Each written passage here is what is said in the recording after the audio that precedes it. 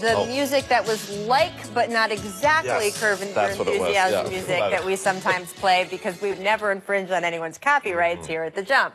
Was that good? Do you think that I think you covered it, yeah. I don't know. Sounds good. See, no one's going to know. I'll never be invited back. No, it's fine. It's totally fine.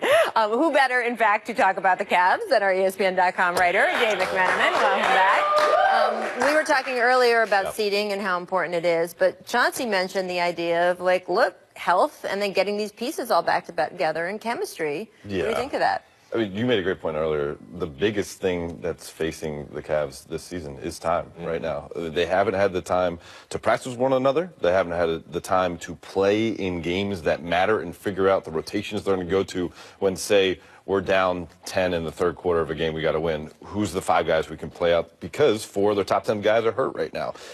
And the fact that this season has been so sinusoidal, so roller coaster, it's led to Kyle Korver saying something like this, that it's been such a mental grind that at this point, even though there could be light at the end of the tunnel, they're going to get healthy, that they're starting to feel like, man, we're in a rut. Are we ever going to get out of a rut this season? And I think that's causing them to start to come apart at the seams a little bit mentally in that locker room. They were in such a good mood after the trade deadline, right? And we heard, like, oh, guys are cheering for each other on the bench, remember? And, like, oh, the smiles are here.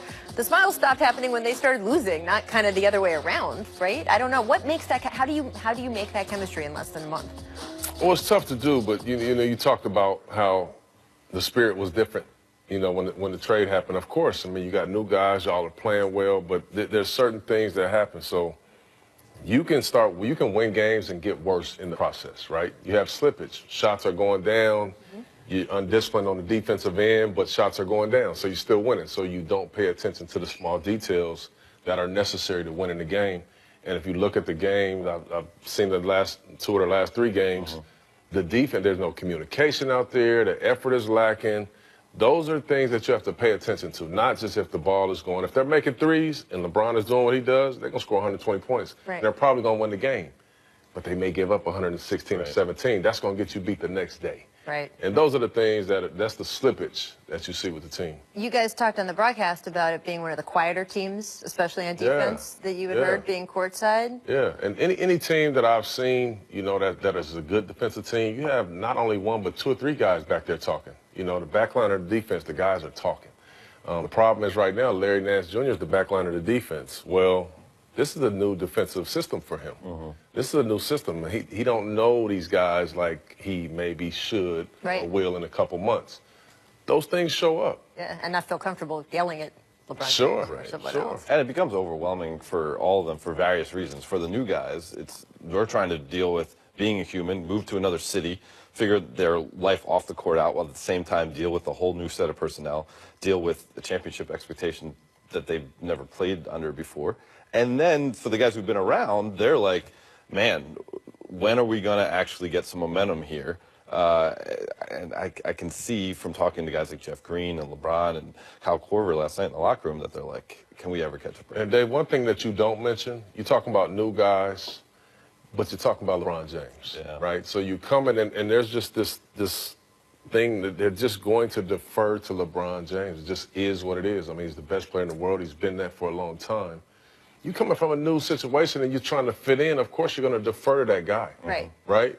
Well, that's not always good. You get the rebound, boom, you want to just drive and just get out and go as opposed to get the rebound, look for LeBron, throw it to him. That slows the play down. They got a lot of guys that can get the rebound and just get it and go and make a play.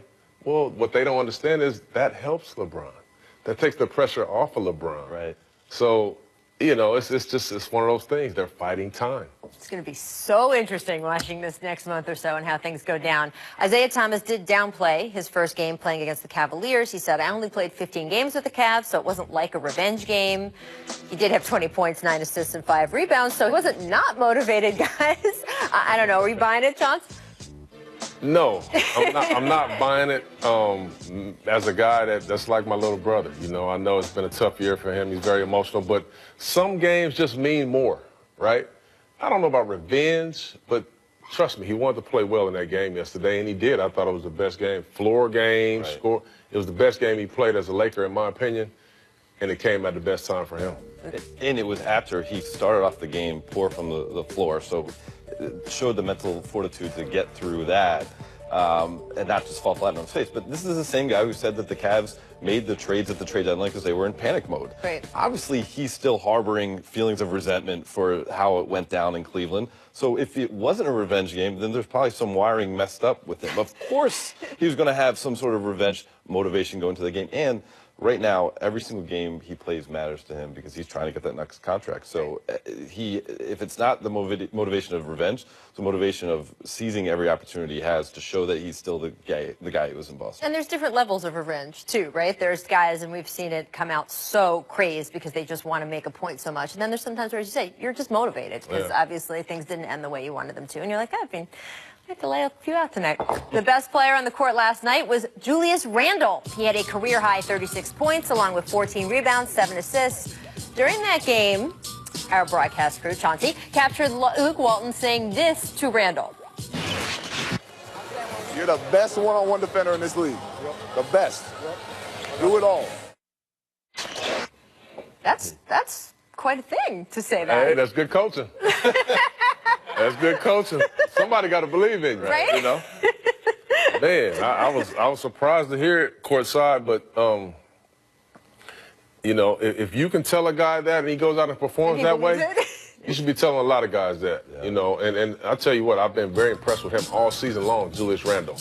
I mean, a guy that can get it off the glass, he can take it. The only thing he doesn't do is shoot the ball well from deep, but he puts a lot of pressure on the defense, on the basket. He's physical every single game. I mean, I think he's had a great campaign this year. I really do. And it would be, I mean, certainly, I mean, he's lately come out and really just shown a toughness that the Lakers were lacking. And Luke Walton said that he personally challenged him to do that as well, and that's paid off. So you would think it'd be a no-brainer that they would extend him this summer, restricted free agent. It is not a no-brainer because some believe Randle will become a cap casualty if the Lakers really are pursuing 2 max slot free agents. What do you think they should do? Let's say they go after 2 small forwards in LeBron James and Paul George. Julius Randle is a small forward. Or, you know, he can play the 4 as well. But, I mean, that makes him expendable. That's not a knock on what he's done in L.A. He's improved dramatically as a player. He showed shades of a young Charles Barkley against the Cavs the other day. But he becomes expendable if they get their druthers and get LeBron and Paul George. And look, man, it's tough. But, you know, if your alternative is to keep this kid, you know, who by all means everybody says is kind of disposable in this whole process, if this is your alternative and this is at the end of the day, then you feel good with that. I mean, this guy is ascending. Okay, He's playing well. Future GM Chauncey Billups, how do you play it? Because you have to make the offer to extend him by July 1. Yeah. I don't think LeBron James has never made a free agency decision quickly. He's shown that he's not one of these guys who is ready to sign at midnight. Sure. So he's taken over a week each time to sort of make his move. How do you know if you're getting Paul George and LeBron, and do you extend Julius and take up some of that money? Rach, you can't know. You just can't know. I mean, if you can't negotiate until the first, you can't. There's no way to know. So which way would you play it if you're Rob Pelinka? If I have an opportunity to get these 2 guys, I'm going to try to get these 2 guys. It just is what it is. It's Paul George and LeBron James. We're talking about Julius Randle, who's a good young player. I'm just saying, if that's your backup plan, if they don't come, then you're losing your backup plan. You could be, but you know, if you're gambling, you're trying to win, right? All right, see, future teams, now you know how Chauncey would react in that situation. He's not scared of anything. Dave, you snapped this photo of Magic wrapping up a conversation with LeBron's right-hand men last night, Rich Paul and Mav Carter.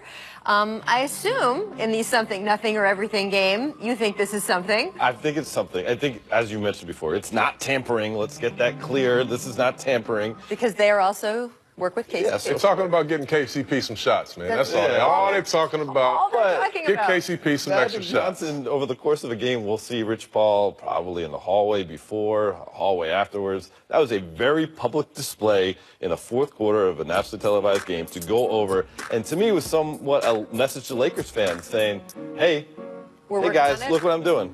This is still something that's on the table for us. It's a priority for me. I was at the game. Magic came over and congratulated Doris Burke for Hall of Fame, said hello to me. My picture wasn't on there. He wasn't. I mean, they wasn't talking about him trying to recruit me.